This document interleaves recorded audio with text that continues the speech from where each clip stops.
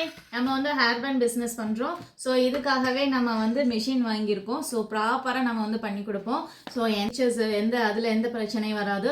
So அதுக்காகவே நம்ம வந்து பிஸ்னஸில் கிடைச்ச மணியில் நம்ம வந்து ஸ்டிச்சிங் மிஷின் வாங்கியிருக்கோம்.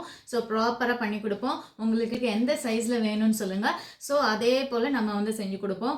நிறைய பேருக்கு வந்து இந்த மாதிரி பவ் யூஸ் பண்ணுறதுக்கு ரொம்ப பிடிக்கும். சைஸஸ் அவைலபிளாக இருக்குது. டிஃப்ரெண்ட் கிளாத்தில் நம்ம வந்து பண்ணி கொடுப்போம். Contact as.